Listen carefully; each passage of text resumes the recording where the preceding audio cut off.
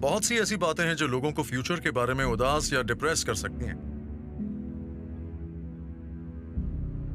पर मुझे लगता है कि स्पेस की सैर करने वाली सिविलाइजेशन की बात एक ऐसी बात है जो हमें फ्यूचर के बारे में एक्साइट करती है। स्पेस एक ऐसी चीज है जिससे मेरे ख्याल से सभी इंस्पायर्ड हैं, और अगर आप लोगों से पूछें कि आज तक का सबसे इंस्पायरिंग इवेंट कौन सा है, तो ज्यादातर लोग कहेंगे चांद पर लैंड करना।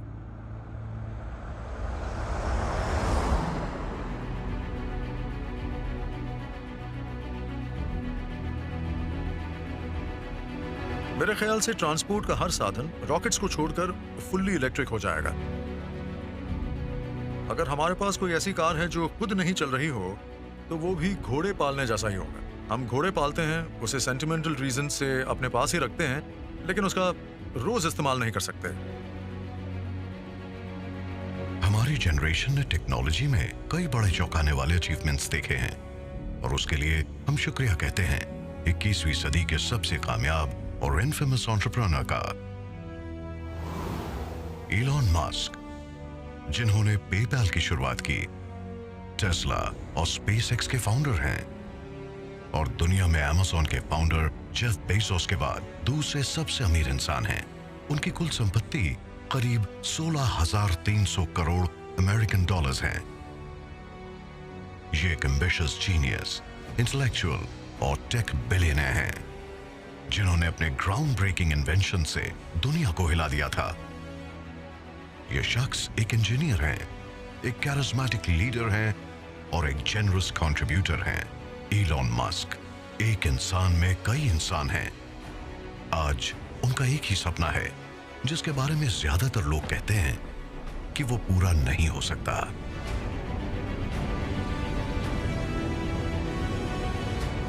Space colonization.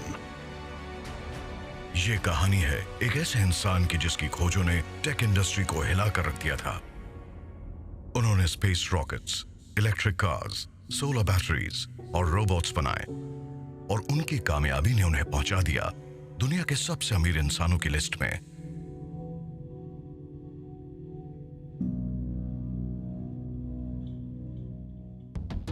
ये सभी मास्टरमाइंड्स हैं, एम्बिशियस, कंपेटिटिव और रूथलेस हैं, जो नाकामी से ना कभी डरते, और इन सभी का एक ही मकसद है, दुनिया को और बेहतर बनाना, हमेशा बेहतरीन देने की कोशिश करना और अपनी मिसाल देकर लीड करना। कई दूसरी इंडस्ट्रीज के उलट ये टेक बिलियनियर्स सेल्फ मेड हैं। इन्होंने अपने जीनियस दिमाग से न सिर्फ उस इंडस्ट्री को बदल दिया, बल्कि दुनिया पर भी गहरा असर डाला। इस सीरीज में हम बात करेंगे ऐसे ही कुछ सबसे अमीर एंटरप्रेन्योर्स की, जो मॉडर्न वर्ल्ड के टेक बिलियनियर्स हैं। Bill Gates, Elon Musk, mark Zuckerberg और जेफ बेजोस। इन सब की कुल संपत्ति करीब 90,000 करोड़ अमेरिकन डॉलर्स हैं। इतिहास इन्हें 21वीं सदी के सबसे इन्फ्लुएंशियल लोगों के रूप में याद करेगा।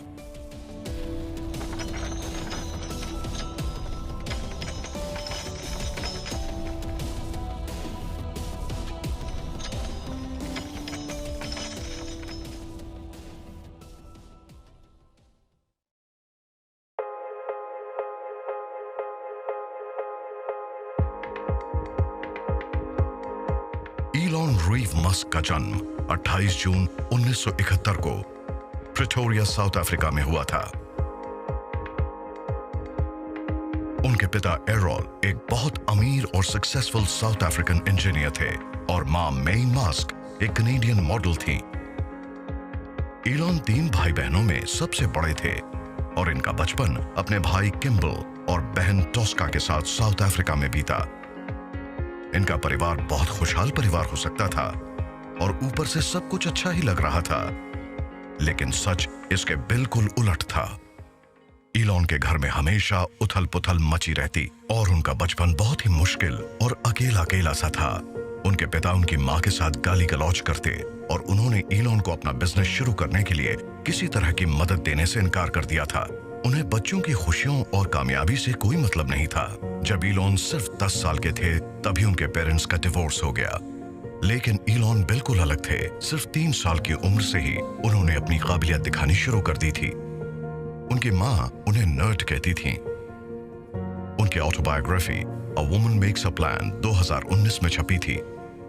उन्होंने उसमें इलॉन के बचपन के कुछ फोटोग्राफ्स डाले थे और लिखा था, जब इलॉन छोटे थे तब वो सब कुछ पढ़ते थे। उन्हें एहसास हो गया था कि इलॉन में कुछ खास है। इलॉन को स्कूल में बहुत परेशान किया जाता था और वो अपने भाई बहनों की तरह सोशल लाइफ का मजा नहीं ले पाते थे। वो छोटे कद के बड़े इंट्रोवर्ट इंसान थे। उन्हें पढ़ना पसंद था, मगर पढ़ाई से वो दूसरों के बीच ज्यादा पॉपुलर नहीं हो सकते थे।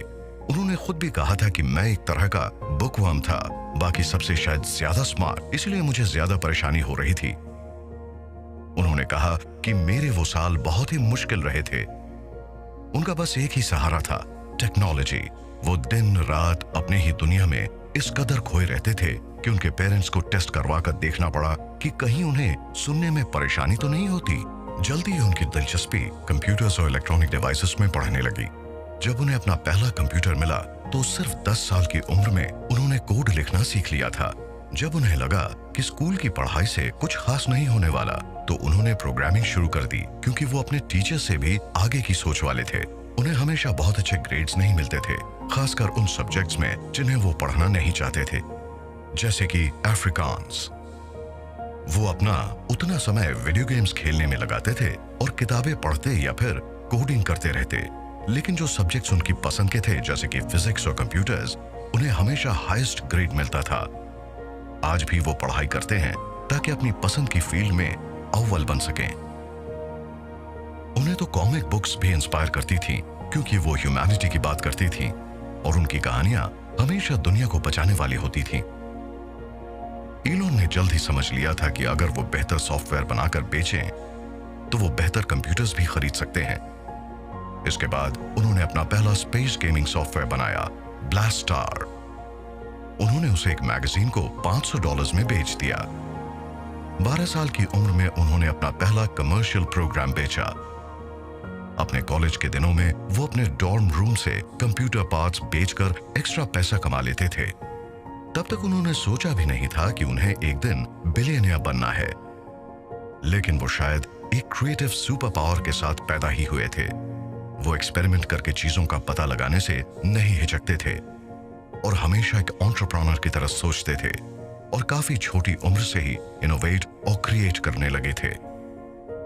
उनका बचपन बहुत मुश्किल रहा था, मगर उन्हें उससे एक बहुत बड़ी खूबी मिली थी। उन्होंने बड़ी से बड़ी चुनौती का भी सामना करना सीख लिया था।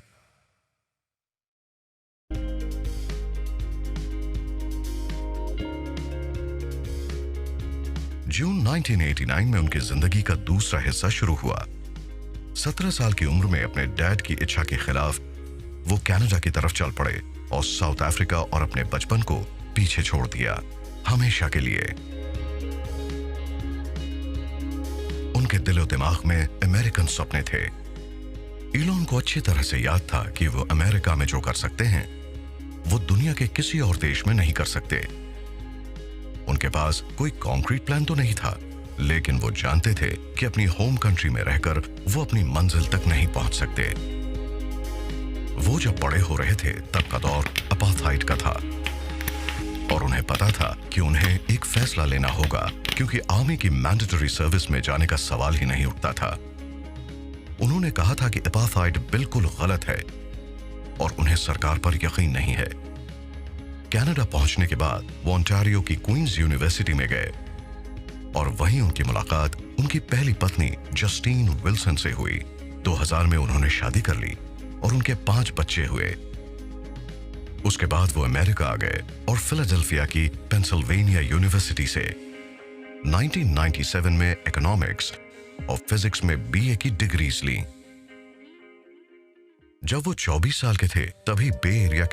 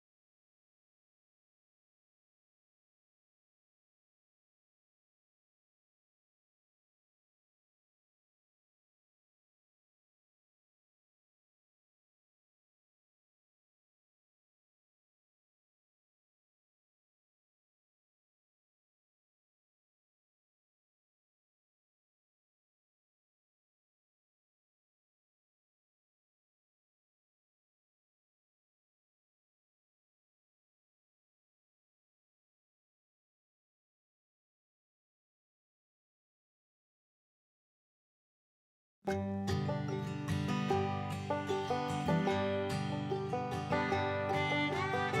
उसके पहले वो जानते थे कि इंटरनेट के जरिए भी कई बड़े काम किए जा सकते हैं। 1995 में उन्होंने अपनी पहली कंपनी Zip2 बनाई, उनके भाई किम्बल के साथ, जो येलो पेजेस का ऑनलाइन वर्जन थी। मगर वो नहीं जानते थे कि शुरुआती दौर में उन्हें कितनी परेशानियों का सामना करना पड़ेगा। साउथ अफ्रीका से आने के बाद उनके ऊपर बहुत ज्यादा स्टूडेंट कॉलेज लोन भी था और मस्क के पास इतने पैसे नहीं थे कि वो घर और ऑफिस दोनों अफोर्ड कर सकें। तब वो अपने छोटे से ऑफिस में सोफे पर ही सोने लगे और नहाने के लिए एक लोकल जिम में जाने लगे। शुरुआत के कुछ महीने तो बड़े मजे से कट गए, लेकिन उसके बाद हालात बिगड़ने लगे। सच सामने आने लगा था। उनके पास सिर्फ एक ही कंप्यूटर था जिसके ऊपर वो हफ्ते के 7 दिन काम करते और दिन में अपनी वेबसाइट चलाते और रात में कोडिंग करते। उन्होंने साफ साफ कह दिया था कि कामयाब होने के लिए ज्यादा से ज्यादा तकलीफ भी सहने की हिम्मत होनी चाहिए, क्योंकि नए सिरे से कोई कंपनी बनाना बहुत मुश्किल होता है। आखिरकार उनकी कंपनी चल निकली और उसने काफी तरक्की भी की। फरवरी 1999 में टेक कंपनी कॉम्पैक्ट ने Zip2 को 30 करोड़ 70 लाख डॉलर कैश और 3 करोड़ 40 लाख के स्टॉक ऑप्शंस देकर खरीद लिया। मस्क सिर्फ 28 साल के थे जब वो सिलिकॉन वैली के करोड़पतियों में शामिल हो गए। वो रातों रात ऑफिस के एक छोटे से सोफे पर सोने वाले इंसान से एक मल्टी मिलियनर बन गए थे। मगर वो इतने से संतुष्ट नहीं थे, वो कुछ बड़ा करना चाहते थे। फिर सोचा क्यों ना बैंकिंग इंडस्ट्री में कुछ बदलाव किए जाएं। Zip2 बेचने के बाद उनका कॉन्फिडेंस काफी बढ़ गया था और वो एक नए चैलेंज के लिए तैयार थे।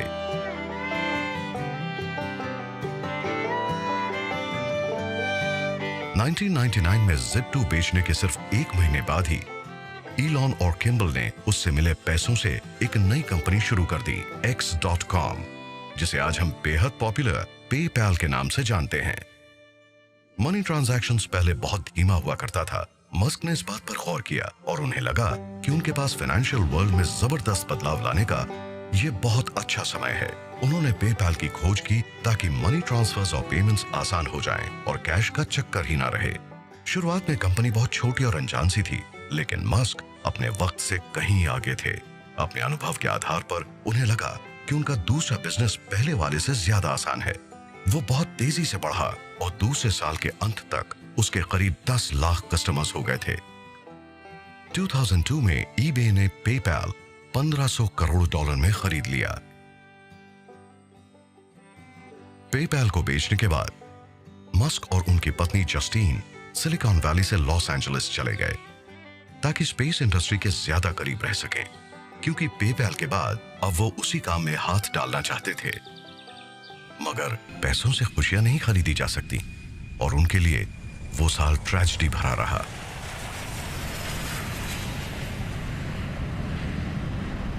उनके एलए आने तक उनके पहले बेटे की मौत हो गई। उसका नाम नेवाडा अलेक्जेंडर था। उसी हफ्ते ईलॉन का नेटवर्थ भी काफी बढ़ गया। बच्चे ने अचानक सांस लेना बंद कर दिया था और उसकी मौत seeds sudden infant death syndrome से हुई थी। वो सिर्फ 10 हफ्ते का था। ईलॉन ने पहली बार अपना पहला $1 बिलियन तो कमा लिया, मगर अपने बेटे की जान नहीं बचा पाए। बाद में उन्होंने नेवाडा के मौत के बारे में कोई भी बात करने से इनकार कर दिया और उन्होंने अपनी पत्नी के साथ ये फैसला लिया कि उन्हें जल्दी से जल्दी बच्चे पैदा करने हैं। अगले 5 साल में आईवीएफ की मदद से जस्टीन ने एक ट्विंस और फिर एक ट्रिपलेट्स को जन्म दिया।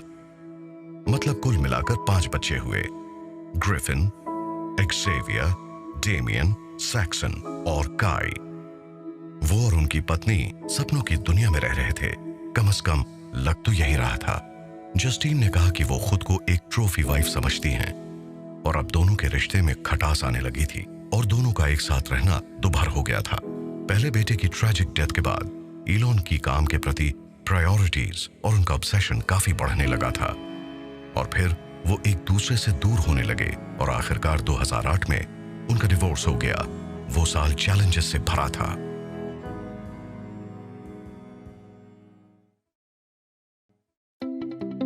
और फिर सन 2010 में उनकी मुलाकात हुई उनकी दूसरी पत्नी ब्रिटिश एक्टर टलूला रायली से। करीब 10 दिन तक डेट करने के बाद उन्होंने प्रपोज कर दिया। उनके बीच डिवोर्स हो गया, मगर उन्होंने फिर से शादी कर ली। पहली बार 2013 में और फिर 2016 में उनकी शादी टूट गई। तमाम मुसीबतों और बाधाओं के बाद मस्क को वो इम्पैक्ट मिल ही गया जिसके लिए वो काम कर रहे थे। उनकी नई कंपनी ने कुछ ऐसा बनाया था जिसकी हम बहुत ज्यादा कदर नहीं करते, मगर उसने पैसे ट्रांसफर करने का तरीका ही बदल दिया था और आज जमाना उसी के इस्तेमाल से चीजें खरीद रहा है। 2002 में 31 साल की उम्र में मस्क अमेरिकन सिटीजन और एक बिलियनियर बन गए थे। उस वक्त वो बड़े आराम से रिटायर हो जाते, एक प्राइवेट ट्रॉपिकल आइलैंड खरीदकर वहां चैन से माइटाइज की चुस्की लेते हुए जिंदगी गुजार सकते थे, मगर इन सब में उनकी कोई दिलचस्पी नहीं थी। उनका ज्यादा समय तो ऑफिस या फैक्ट्रीज में ही बीतता था और वो हफ्ते में 80 से 90 घंटे काम करते थे। इस एंटरप्रेन्योर के पास काम ही काम था और वो काफी बिजी भी रहते थे। उनका कहना था कि कामयाबी के लिए दिन रात काम करना जरूरी है। उन्होंने एक बार कहा था कि बच्चे भी उनकी प्रायोरिटी हैं, लेकिन पहले काम है। उन्हें बहुत प्यार करने वाला बाप माना जाता था, लेकिन बहुत ही कम लोग इतने बिजी स्केड्यूल को हैंडल कर सकते हैं। पेपैल के बाद मस्क की दिलचस्पी एक ज्यादा इंस्पायरिंग फ्यूचर में बढ़ी और वो आउटर स्पेस को एक्सप्लोर करने के बारे में सोचने लगे। उनका नया गोल था इंसान को मल्टी प्लैनेटरी बनाना। एक ऐसा बच्चा जिसका कोई भी बड़ा या क्लियर विजन नहीं था, वो अब एक जीनियस एंटरप्रेन्योर बन चुका था और अब उसका विजन भी बाकी लोगों से कहीं बढ़कर था।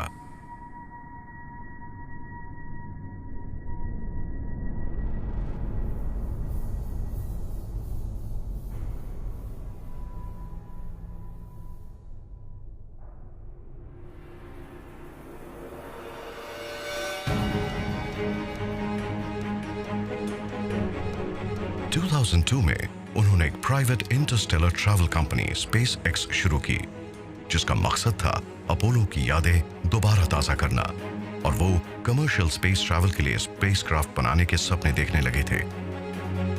उनका गोल था स्पेस ट्रांसपोर्टेशन की टेक्नोलॉजी को बेहतर बनाना और उसके लिए सस्ते और रीयूजेबल रॉकेट्स बनाना। लेकिन स्पेस इंडस्ट्री के एक्सपर्ट्स मानते थे कि रीयूजेबल रॉकेट्स बना पाना असंभव है।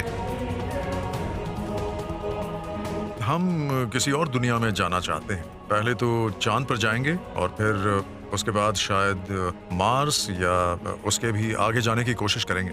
मैं तो यही मानता हूं कि ये भी अपोलो के सपने का आगे बढ़ना ही है और अब सब लोग यही चाहते हैं। स्पेसएक्स की शुरुआत हुई थी 2008 में, मगर सब उनकी इस बात से सहमत नहीं थे। यहां तक कि मून वॉकर्स और अमेरिका के हीरोज नील आर्मस्ट्रॉन्ग और जीन सर्नन ने भी मस्क के प्लान को क्रिटिसाइज किया था। उन्होंने एक बड़े ही इमोशनल इंटरव्यू में कहा था कि मुझे यह सब सुनकर बेहद दुख हुआ। मुझे ये सब सुनकर अच्छा नहीं लग रहा, क्योंकि ये लोग मेरे हीरोज हैं, तो उनके मुंह से ऐसी बातें अच्छी नहीं लगी। काश वो लोग हमारे पास आते और देखते कि हम कितनी मेहनत कर रहे हैं। शायद ये देखकर उनकी राय भी बदल जाती। उन्होंने ही आपको ये सब करने के लिए इंस्पायर किया था। हाँ, और अब वही आपको गलत बता रहे हैं। बहुत बुरा लग रहा है। 90 के दशक में मस्क के सिलिकॉन वैली में आने की सबसे बड़ी वजह तो यही थी कि वो इलेक्ट्रिक कार्स पर काम करें। उस वक्त उन्हें लगा था कि इंटरनेट का हिस्सा बनना बहुत अच्छा होगा, क्योंकि वो तेजी से तरक्की कर रहा था। मगर इलेक्ट्रिक कार्स बनाने के बाद उनके दिमाग में तफन थी और वो उसे भूले नहीं थे। उन्होंने कॉलेज के शुरुआती दिनों में ही एक इंटरव्यू में कहा था कि मैं उनके लिए काफी पैशनेट हूँ। मैं असल में एक महिला से मिला और कॉलेज के ज़माने में उनके साथ डेट भी किया। वो आज साइंटिफिक अमेरिकन में एक राइटर हैं और फिर उन्होंने हमारी डेट के समय ही मुझसे कहा था कि तुम तो हमेशा इलेक्ट्रिक कार्स की ही बातें करते रहते हो और लड़कियों को इस तरह की बातों में बिल्कुल मजा नहीं आता। मतलब वो एक तरह का मोनोलॉग था। हाँ, उन्होंने मुझसे कहा कि मेरा उनसे सबसे पहला सवाल था, क्या तुम इलेक्ट्रिक कार्स के बारे में सोचती हो? और उन्होंने कहा, नहीं, अच्छा। कभी नहीं। मस्क सिर्फ एक टेक एंटरप्रेन्योर ही नहीं है, वो रिन्यूएबल एनर्जी के फ्यूचर के बारे में भी सोचते रहते हैं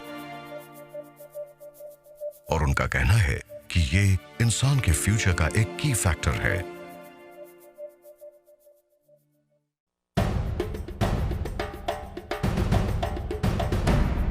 वो हमेशा से रॉकेट्स और फास्ट कार्स के दीवाने रहे और मस्क एक ऐसा तरीका भी ढूंढना चाहते थे जिससे ग्लोबल वार्मिंग कम हो और फॉसिल फ्यूल्स का डिस्ट्रक्टिव यूज भी नहीं हो। इस बात में शक नहीं कि फ्रैकिंग टेक्नोलॉजी के कई खतरे हैं और हम अभी बिल्कुल ही अर्ली स्टेज में, क्योंकि मैं मानता हूं कि फ्रैकिंग से शायद दुनिया में ऑयल और गैस की एक्सेसिबिलिटी सिर्फ 10% ही रह जाए। हम नहीं जानते कि मामला किस हद तक जाएगा, लेकिन ये शायद इतना बढ़ जाएगा कि उससे दुनिया के क्लाइमेट पर बहुत ही बुरा असर होगा और उससे जितना नुकसान होगा उतना शायद पहले कभी नहीं हुआ है। और हम तब तक इंतजार नहीं कर सकते जब तक कमी की वजह से ऑयल और गैस की कीमतें बहुत बढ़ जाएं। इसलिए बेहतर यही होगा कि हम अभी से इलेक्ट्रिक का इस्तेमाल शुरू कर दें। अब हमें ऐसे तरीके ढूंढने हैं जिनसे ऐसी इलेक्ट्रिक कार्स बनाई जा सकें जिनकी वजह से हमें गैस की बेहद बढ़ी हुई कीमत ना चुकानी पड़े। स्पेसएक्स की शुरुआत के 2 साल बाद 2004 में वो एक ऐसी कंपनी के साथ जुड़े जिसके बारे में उन्हें यकीन था कि वो ह्यूमैनिटी की दिशा बदल देगी और हमें एक ज्यादा सस्टेनेबल फ्यूचर मिलेगा। उस कंपनी के पास एक रेवोल्यूशनरी टेक्नोलॉजी थी जो एनवायरनमेंट, कस्टमर एक्सपीरियंस और कामयाबी पर यकीन करती थी और वो काफी पॉपुलर भी थी। टेस्ला मोटर्स, जिसे ये नाम दिया गया था electrical inventor Pioneer Nikola Tesla के नाम पर। टेस्ला का प्लान था ऐसी कार बनाना जो सबकी पहली पसंद हो, अफोर्डेबल हो, एनवायरमेंटली फ्रेंडली हो और फास्ट भी हो। हालांकि मस्क ने इस कंपनी की शुरुआत नहीं की थी, बल्कि 2 थोड़े से अनजान इंजीनियर्स ने की थी जिनके पास ट्रांसपोर्ट को लेकर एक विजन था और वो ऐसी एनर्जी का इस्तेमाल करना चाहते थे जो एनवायरमेंट के लिए बेहतर हो। अप्रैल 2004 में उन्होंने टेस्ला लॉन्च करने में उनकी मदद की और उन्हें $65 लाख अपनी जेब से दिए और उन्हें कंपनी का चेयरमैन बना दिया गया।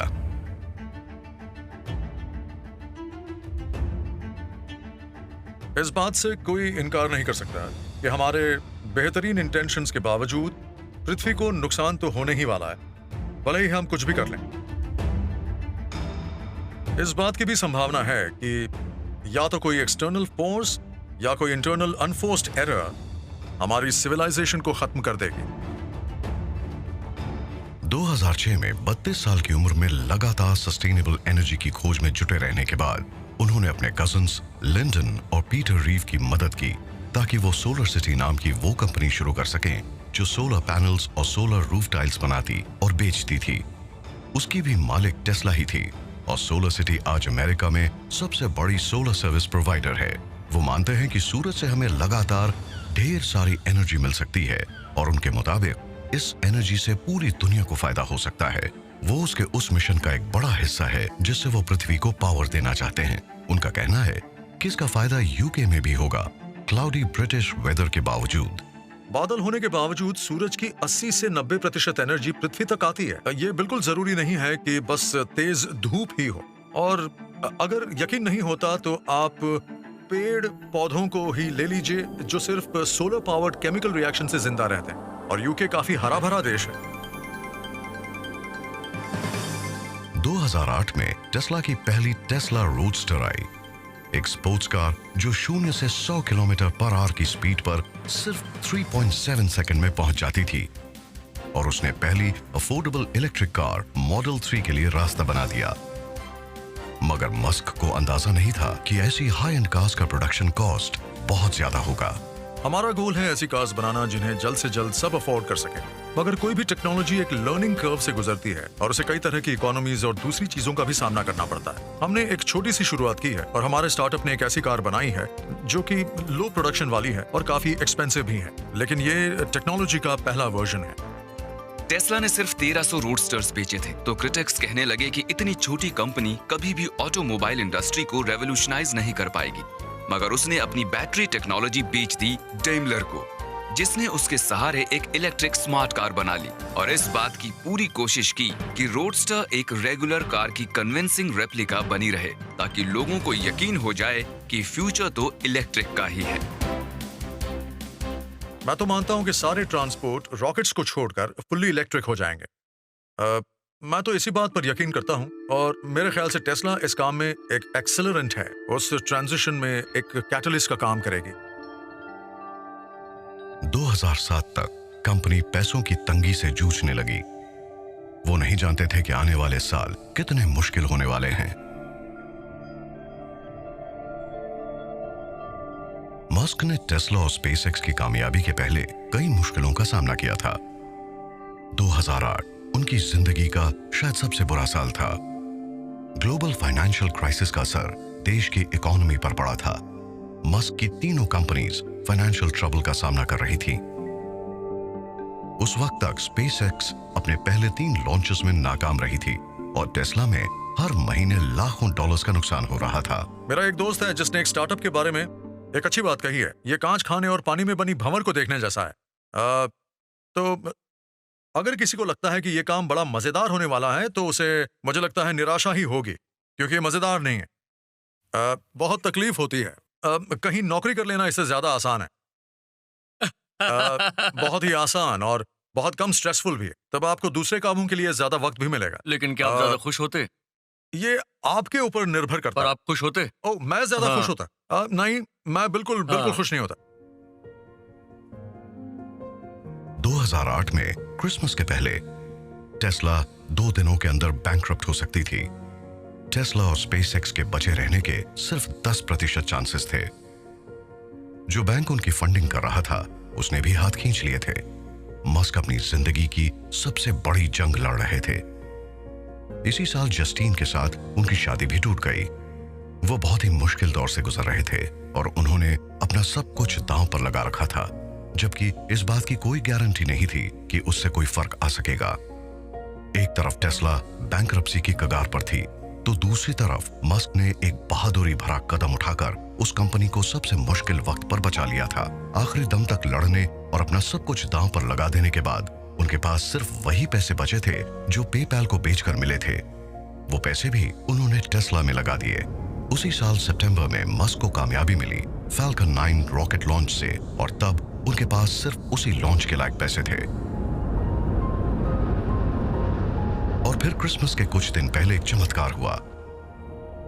नासा ने उन्हें बुलाया और स्पेसएक्स को $160 करोड़ का कॉन्ट्रैक्ट दिया इंटरनेशनल स्पेस स्टेशन पर सप्लाई पहुंचाने का। इस ह्यूमन स्पेस फ्लाइट के लिए ही स्पेसएक्स कंपनी बनाई गई थी और हम बहुत खुश हैं कि आज हम नासा के साथ मिलकर आगे बढ़ रहे हैं और ये संभव हुआ है। नेशनल स्पेस एजेंसी धीरे धीरे इंटरनेशनल स्पेस स्टेशन के सारे ऑपरेशन इस तरह की कमर्शियल कंपनीज को सौंप देना चाहती है।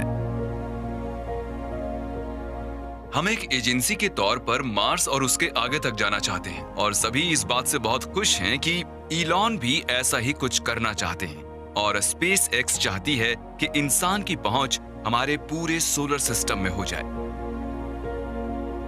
2010 में उन्होंने टेस्ला को पब्लिक कर दिया और उस पर पैसों की बारिश होने लगी।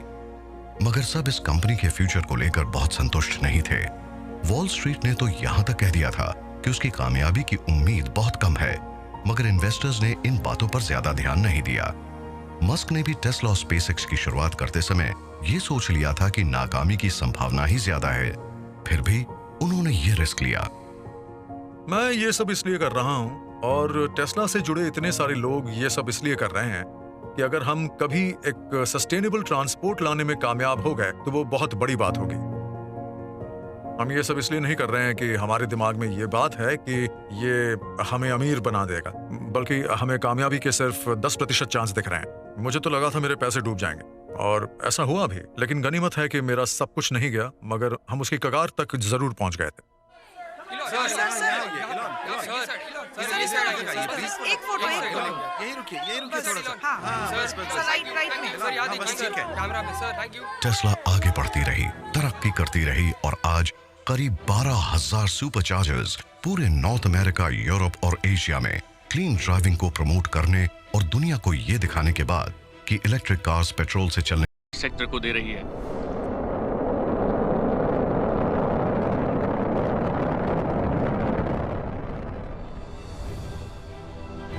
इसी के साथ पहला commercial vehicle international space station पर पहुंच गया और उसने वहां तक वो ड्रैगन कार्गो कैप्सूल पहुंचा दिया जिसमें ग्रोसरीज और सप्लाईज थीं। मेरे शरीर में जितना भी एड्रेनालिन था वो सब उस वक्त रिलीज हो गया था। ऐसा कहा था इलॉन मस्क ने जब रॉकेट ने लिफ्ट ऑफ किया था। बहुत ही कम लोग जानते हैं कि हमारा एक स्पेस स्टेशन भी है। उन्हें यकीन ही नहीं होता। हमारा एक बहुत बड़ा स्पेस स्टेशन है, बहुत बड़ा।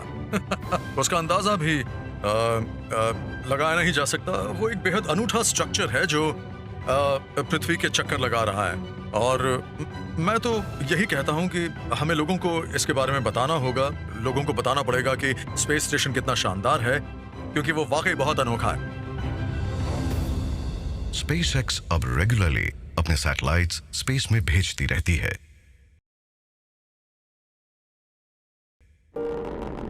एक 16 टेलीमेट्री लिंक है और पावर सिस्टम्स बिल्कुल नॉर्मल है। हम अभी स्पेस एक्सप्लोरेशन के एक नए युग में जा रहे हैं और ये बहुत ही बड़ी बात है।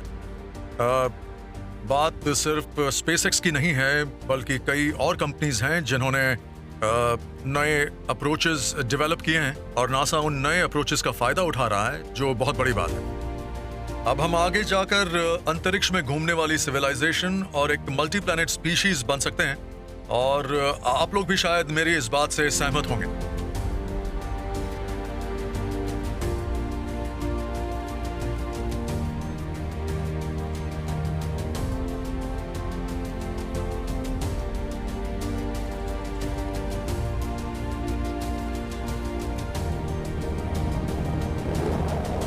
पिछले कुछ सालों में कई ऐसी चीजें हुई हैं जिनसे मैं काफी एक्साइटेड हूं और मुझे लगता है कि अब स्पेस की सैर बहुत ही मजेदार होने वाली है और इसमें सबसे ज्यादा मददगार होगी फाल्कन 9 रॉकेट बूस्टर की लैंडिंग। और ये काम भी हाँ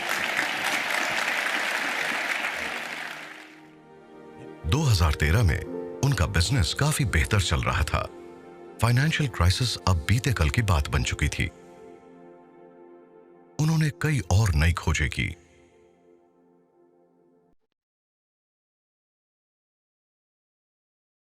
अगस्त 2013 में मस्क ने हाइपर लूप रिलीज की। यह ट्रांसपोर्ट का एक ऐसा साधन था जो दो बड़े शहरों के बीच के सफर को बहुत कम समय का बना देता और उसमें ट्रैफिक भी कम मिलता। वो भी रिन्यूएबल एनर्जी से चलने वाला था और यह high speed transit systems pods में सवार लोगों को ट्यूब्स के जरिए करीब 1100 किलोमीटर प्रति घंटे की स्पीड से ले जाता।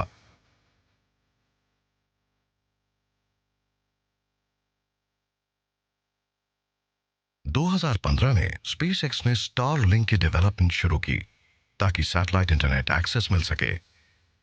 24 मई 2019 को पहले 60 ऑपरेशनल सैटेलाइट्स को लॉन्च किया गया।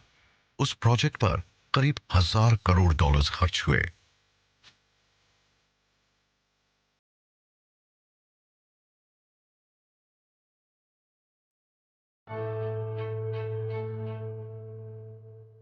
मस्क मानते हैं कि हमें आने वाले दिनों में आर्टिफिशियल इंटेलिजेंस का भी सहारा लेना पड़ेगा। इसीलिए 2015 में उन्होंने किसी के साथ मिलकर ओपन AI की शुरुआत की, जो एक नॉन प्रॉफिट रिसर्च कंपनी है और उसका काम है फ्रेंडली आर्टिफिशियल इंटेलिजेंस को प्रमोट करना। उन्होंने इसी तरह से 2016 में न्यूरालिंक की भी शुरुआत, एक ऐसी स्टार्टअप कंपनी की जिसका मकसद था ब्रेन कंप्यूटर इंटरफेसेस डेवलप करना। इन एडवांसमेंट्स की बदौलत हमारी मेमोरी बेहतर हो सकती है या हम सॉफ्टवेयर के साथ मर्ज हो सकते हैं। दिसंबर 2016 में शहर की ट्रैफिक को खत्म करने के लिए मस्क ने बोरिंग कंपनी की शुरुआत की, एक टनल और ट्रांसपोर्ट स्टार्टअप। मस्क को मौजूदा ट्रांसपोर्ट नेटवर्क की कमियां नजर आ रही थी और लॉस एंजलिस ट्रैफिक को देखते हुए उन्होंने एक futuristic underground public transport system बनाने का फैसला किया। उनका पहला self driving tunnel Las Vegas में जमीन के नीचे बनकर करीब तैयार है। वो उन टनल्स का इस्तेमाल हाइपरलूप व्हीकल्स के लिए करना चाहते हैं। उसी साल उन्होंने ऐलान किया कि आने वाला समय सेल्फ ड्राइविंग इलेक्ट्रिक कार्स का है।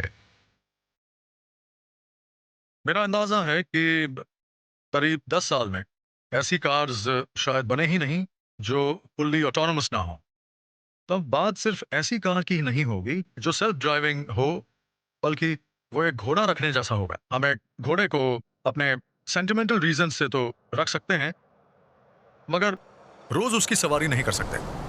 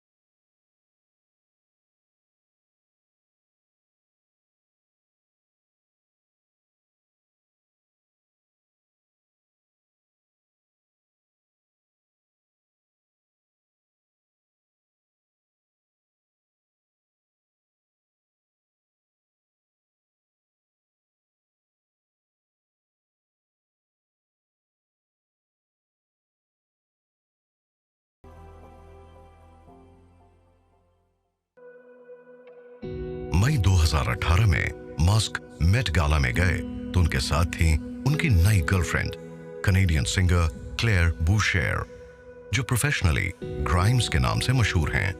वो कुछ हफ्ते पहले ही ऑनलाइन मिले थे और मस्क ने आर्टिफिशियल इंटेलिजेंस के बारे में ग्राइम के ट्विटर अकाउंट पर एक जोक देखा था।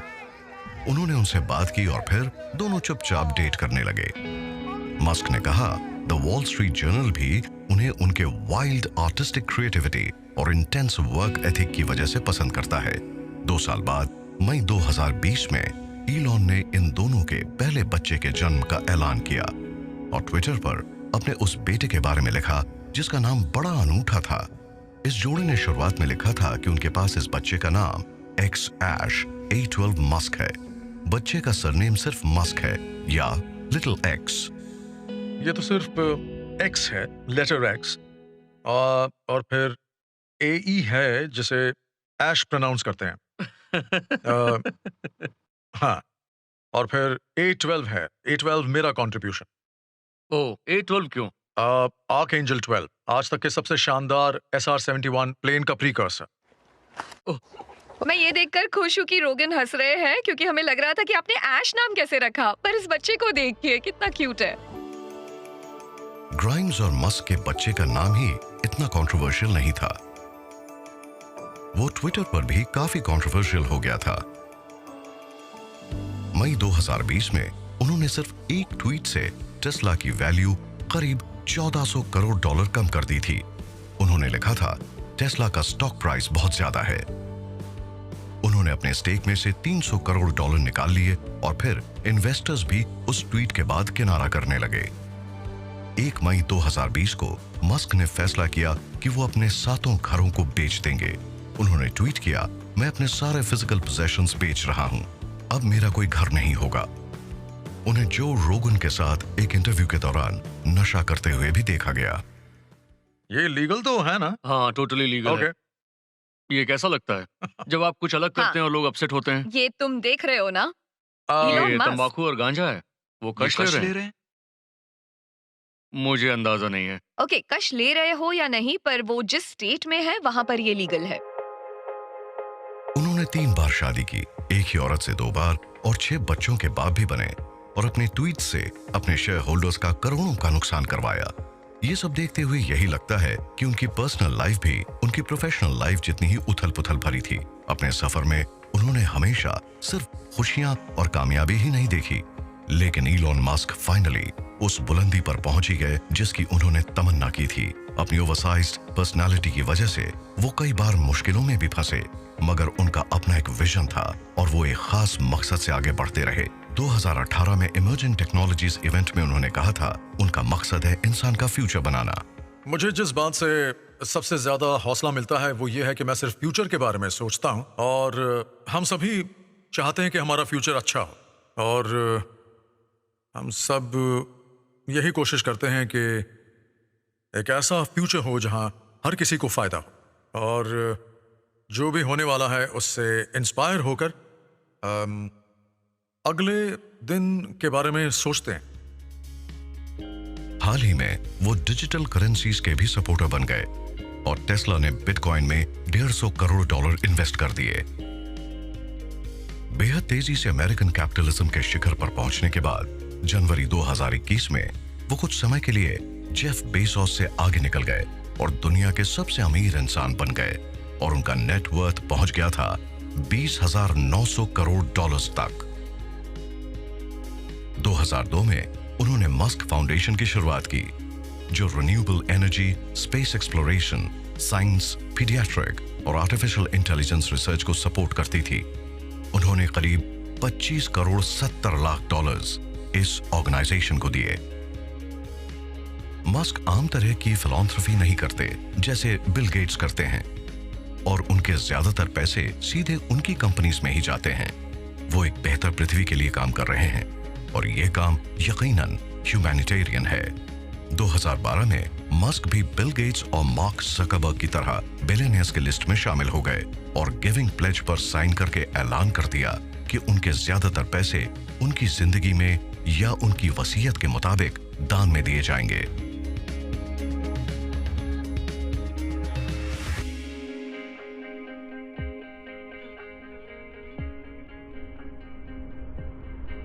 क्या इस बात की कोई सीमा है कि आपकी कल्पना हकीकत को कहां तक ले जाएगी? इलॉन मस्क इसके बारे में शायद नहीं सोचते। उनके फ्यूचर के बारे में जो विजन्स हैं वो किसी भी इमेजिनेशन से परे और काफी इंस्पायरिंग हैं। वो एक साउथ अफ्रीकन इमिग्रेंट थे, एक ऐसे बच्चे जिन्हें सब परेशान करते थे, मगर वो एक सेल्फ मेड CEO बिलियनियर बन गए, और एक नहीं बल्कि 5 इंडस्ट्रीज खड़ी की। उन्होंने हमें दिखा दिया कि कुछ ऐसा करो जिसे हम पहले नामुमकिन सा मानते थे। अगर हम उनकी कामयाबियों को देखें तो इस बात में कोई शक नहीं कि इलॉन मस्क सही मायनों में सिलिकॉन वैली की एक सक्सेस स्टोरी है। उन्हें टाइम मैगजीन ने दुनिया के सबसे इन्फ्लुएंशियल लोगों में से एक माना था। उनके अंदर कभी भी कॉन्फिडेंस और ऑप्टिमिज्म की कमी नहीं रही। उन्होंने अपने क्रिटिक्स को करारा जवाब दिया। वो मुश्किल से मुश्किल दिनों में भी लड़ते रहे और कभी हार नहीं मानी। PayPal, SpaceX, Tesla, Solar City, इन सभी ने दुनिया पर गहरा असर डाला है। ये टेक बिलियनियर्स तो एक मिसाल हैं। हम उनसे सीख सकते हैं कि हीरोज को भी मुश्किल दौर का सामना करना पड़ता है, और तभी वो उस मुकाम तक पहुंच पाते हैं। शुरुआत होती है एक इंडिविजुअल से, उनके सपने और उनके एम्बिशन से, जो दुनिया को एक बेहतर जगह बनाना चाहते हैं। शुरुआत हमेशा छोटी ही होती है, और ऐसा लगता है कि इलॉन मस्क के लिए आसमान भी सीमा नहीं है। उनके लिए कोई सीमा ही नहीं है।